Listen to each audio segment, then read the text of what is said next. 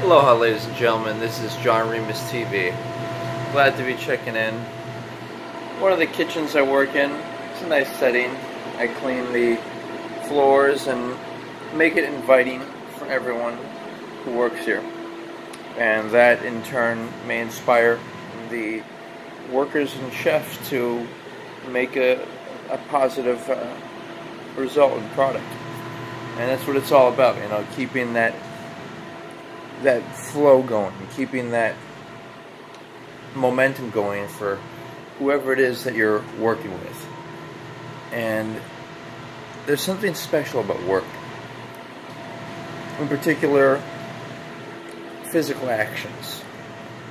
And although I think that many lawyers and doctors and financial advisors and business people and managerial supervisory staff do play a role, the actual hands-on work, I think, gives a unique sense of purpose and of this is an action that is being accomplished. And it's even though machines might be able to replace some, there are certain jobs like just basic cleaning and light duty renovations, some painting and tile or making furniture or clothing or massage therapy or of course cooking, and there are just certain things that I really feel are special. They're things that allow us to really connect to other people and really feel a sense of satisfaction, and in particular different types of trade work and any jobs where you're farming, where you're doing labor and you're feeling it, it's effortful, and you kind of feel this sense about things. You feel you're working out, and it's such a practical thing. It's instead of going to a gym and exerting energy where I think it's useful to do that, and of course go for a jog, get your heart rate up, but when you can actually be in, and you can even do that like running around picking up trash. You can be practical or being friendly, waving at people. You can do a function even when you're exercising. The point being, though, that work itself it's a really enjoyable thing, and I think the only thing that isn't so fun is either thinking about if you're not being paid properly. But guess what? Imagine that you're making a lot of money. Imagine that and don't be, fantastical about it like as if it's actually happening, but just pretend, for the sake of moving the day along, that you are. Pretend that it's, say, your business. Start to think like both an employee and a supervisor.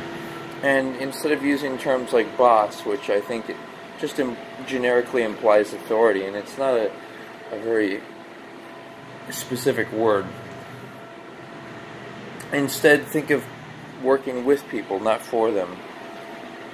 And realize that even though you may not like the current work you do, that it's going towards you. And you're building of your future, and you're perhaps investing in a business that you want to start. Something that you think the world needs, or more specifically that you want to add to the world.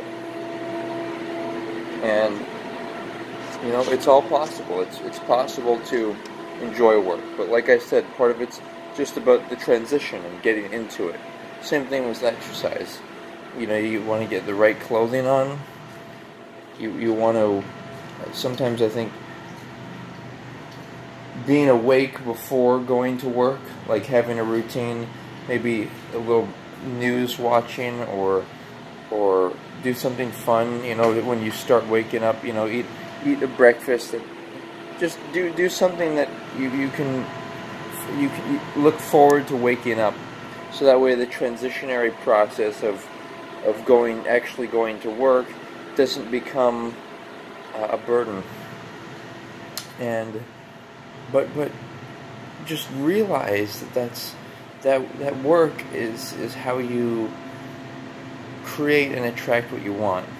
Like, for example, instead of hoping that, and there is this mental programming that hoping that you'll get something free, or you're entitled to something, or other people will give you things, or they should give you money, you know, and a lot of that has to do with the people you name in your life. If you're naming somebody as your quote-unquote boss, or even other authoritative terms like father, mother, uncle,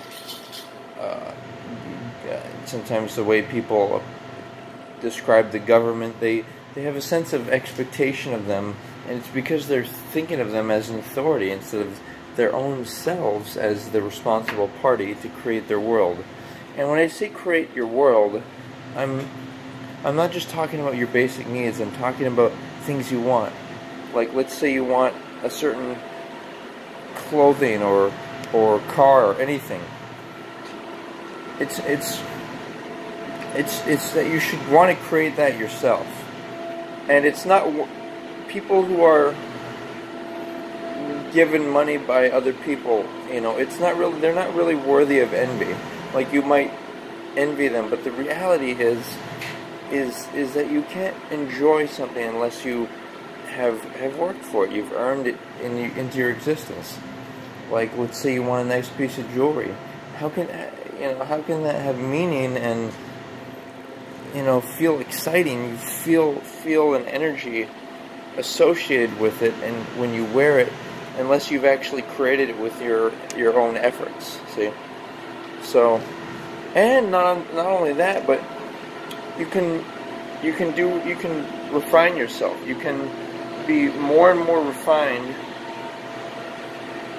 and no matter what type of work you do, even simple stuff like cleaning. Like, I always add touches to my process to make it faster, and sometimes it can be enjoyable to have a simple, repetitive routine. And I think that life was meant to be simple in that way. The most important things in life, you know, such as cleaning, massage therapy, you know, renovating people's houses, just simple, pleasant work that is very essential to quality of life. And we can enjoy that, right? We can live that life. All that it takes is making a choice that, you know, this is what I want. And when you want something in your life, you want a good or particular service, you want to be able to match that. Like, if you want a fancy car, match that with the level of effort that you're putting into whatever you're doing. Sometimes money creates this illusion of, you know, oh, if I have enough money, I can get and do whatever you want and experience. But can you really experience it unless you're creating something or doing something on that level? So I encourage you to go there. Go to that place of creation and enjoy.